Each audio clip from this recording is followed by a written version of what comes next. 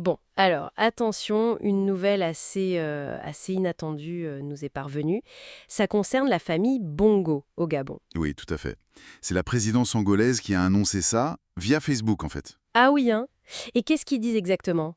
Ils annoncent l'arrivée à Luanda le 16 mai de l'ancien président Ali Bongo et de certains membres de sa famille. Ils ont quitté le Gabon donc. Eux qui étaient assignés à résidence ou même détenus pour certains, c'est ça, depuis le coup d'État d'août 2023. Exactement. Depuis le renversement d'Ali Bongo, là, ils sont en Angola. Et on sait de qui il s'agit précisément? Oui, le communiqué mentionne Ali Bongo lui-même, son épouse Sylvia Bongo et leur fils Noureddine Bongo, Valentin. D'accord. Ali Bongo, on savait qu'il était en résidence surveillée. Mais pour Sylvia et Noureddine, c'était différent, non? Mais c'était plus complexe. Eux, ils ont d'abord été en prison, avec des accusations assez lourdes d'ailleurs. Ah oui, aïe aïe. Genre détournement de fonds publics, blanchiment, ce genre de choses. Et c'est seulement très récemment qu'ils sont passés en résidence surveillée. D'accord. Et il faut ajouter un point important, assez grave même. Les avocats de Sylvia et Noureddine ont parlé d'actes de torture qu'ils auraient subis en détention. Ah oui, quand même. Et ce départ pour l'Angola, ça s'est fait comment? En toute transparence? Pas vraiment, non. Les infos qu'on a suggèrent plutôt une opération discrète. Une opération de nuit même. Ce qui explique peut-être le manque d'informations au début. Tout à fait. Et cette opacité, évidemment, ça alimente les questions. Surtout au Gabon. Les réactions là-bas, elles n'ont pas tardé. J'imagine. Et ça dit quoi au Gabon? Eh bien, c'est très partagé.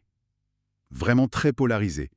D'un côté, on a, par exemple, Alain-Claude Billy Binzé, Le dernier Premier ministre d'Ali Bongo, c'est ça. lui-même. Et sa lecture, elle est très critique vis-à-vis du pouvoir actuel, de la transition. C'est-à-dire? Pour lui, cette libération, c'est le mot qu'il utilise, ça prouverait que leur détention au départ n'était pas légale. Il va même plus loin. Ah oui. Il suggère que le général Olidine Nguema, le chef de la transition, n'a pas fait preuve de clémence. Pour Billy Binzé, il aurait cédé. Céder à quoi? Aux pressions internationales? C'est ça l'idée. Il parle même d'un possible abus de pouvoir concernant la détention. Donc, une lecture qui fragilise les autorités de transition, en quelque sorte. D'accord, je vois. Ça, c'est une première lecture. Et l'autre côté? Alors, l'autre côté, c'est un son de cloche radicalement opposé. Ça vient d'un député du Parlement de transition, Geoffroy Fumbula Libeka. Et lui, il en pense quoi?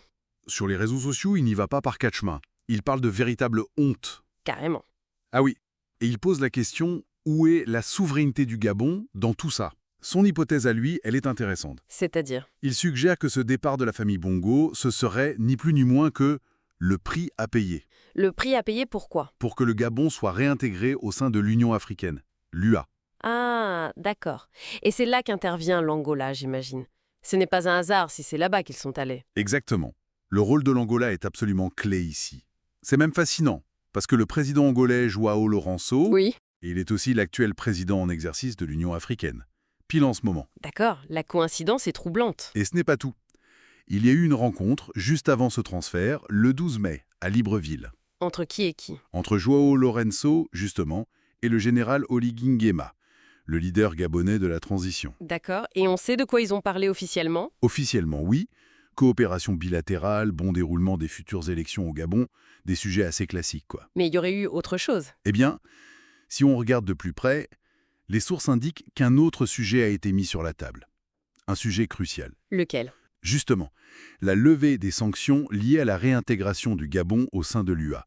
Il faut se rappeler que le Gabon avait été suspendu après le coup d'État. Donc, ça colle parfaitement avec l'hypothèse du député Fumboula Libeka.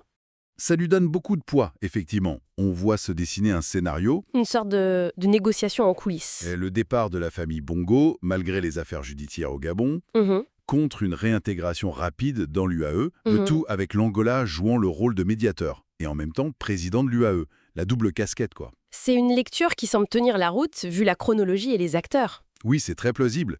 Et ça met vraiment en lumière une tension très forte. Entre quoi et quoi? Entre d'un côté les impératifs de la justice gabonaise, il y a quand même des accusations de détournement, des allégations de torture, il faut répondre de ça. Oui, logiquement. Réelle politique, les calculs diplomatiques, les intérêts d'État. Donc si on résume, on a ce transfert un peu secret vers l'Angola. Ça pose des questions sur la justice et la souveraineté au Gabon. Et en même temps, de forts indices d'un arrangement diplomatique lié à l'Union africaine, orchestré par l'Angola. C'est exactement ça. Et la question de fond que ça soulève, Elle est délicate. C'est euh, quel équilibre on trouve entre rendre la justice au niveau national, ce que beaucoup de gens demandent, Oui. hein, et puis les nécessités de la diplomatie des relations internationales. C'est un vieux dilemme, mais là, dans ce contexte de transition, c'est particulièrement aigu. Alors, pour finir, qu'est-ce que tout ça nous dit pour la suite au Gabon? Est-ce que laisser partir des figures clés de l'Ancien Régime, même si elles font face à des accusations graves, est-ce que c'est une manière d'apaiser, de normaliser les choses avec l'extérieur?